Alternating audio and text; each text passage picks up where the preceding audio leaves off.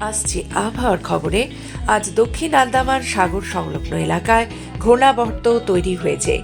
শনিবারের মধ্যে ঘূর্ণাবর্ত দক্ষিণ পূর্ব বঙ্গোপসাগরে নিম্নচাপে পরিণত হবে। শ্রীলঙ্কা উপকূল ও তামিলনাড়ু সংলগ্ন দক্ষিণ পশ্চিম বঙ্গোপসাগরে সোমবার এই নিম্নচাপ আরও শক্তিশালী হতে পারে, তার উপর নজর রাখছেন আবহাওয়াবিদেরা।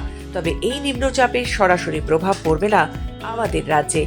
নিম্নচাপের কারণে আন্দামান নিকোবর দ্বীপপুঞ্জে পর্যটকদের জন্য সতর্কবার্তা। পর্যটকদের আবহাওয়া দপ্তরের সতর্কবার্তা দেখার অনুরোধ। আবহাওয়া দপ্তরে ভারী থেকে অতি ভারী বৃষ্টি ও ঝোড়ো হাওয়ার সতর্কতা। নিকোবর দ্বীপপুঞ্জের একাংশে আজ থেকে বৃষ্টি শুরু। সতর্কবার্তা মৎস্যজীবীদের জন্যও। দক্ষিণ বঙ্গোপসাগর এবং আন্দামান সাগর সংলগ্ন এলাকা উত্তাল থাকবে। ওই এলাকায় মৎস্যজীবীদের সমুদ্রে যেতে নিষেধাজ্ঞা।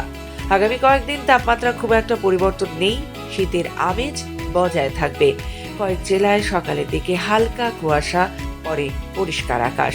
কলকাতাতে 19 থেকে 20 ডিগ্রি সেলসিয়াসের মধ্যে সর্বনিম্ন তাপমাত্রা থাকবে। আজ বিকেলের দিকে আংশিক মেঘলা আকাশ হলেও রাতের দিকে পরিষ্কার আকাশ হয়ে যাবে। সকালের দিকে হালকা কুয়াশা, ধোঁয়াশা হতে পারে।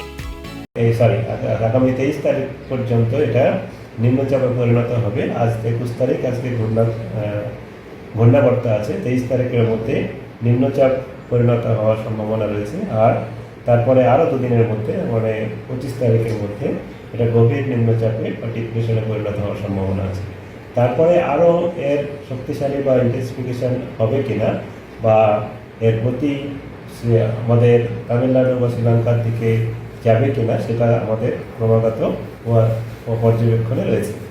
আর যেমন যেমন আপনাদের আপডেট তেমন দেওয়া হবে। তবে আমাদের কোস্টের জন্য কোনো সতর্কতাবার্তা নেই। তবে হ্যাঁ, একটা আছে, আমাদের আন্দামান নিকোবর এলাকার জন্য ভারী বর্ষা আর মৎস্যজীবীদের জন্য বা সমুদ্রে যেতে, যেমন হচ্ছে সামুদ্রিক যে সমুদ্রের যে অ্যাক্টিভিটি সেগুলো বন্ধ করার জন্য বলা হয়েছে। 22 থেকে 25 অলরেডি আমাদের সতর্কতা দেওয়া রয়েছে।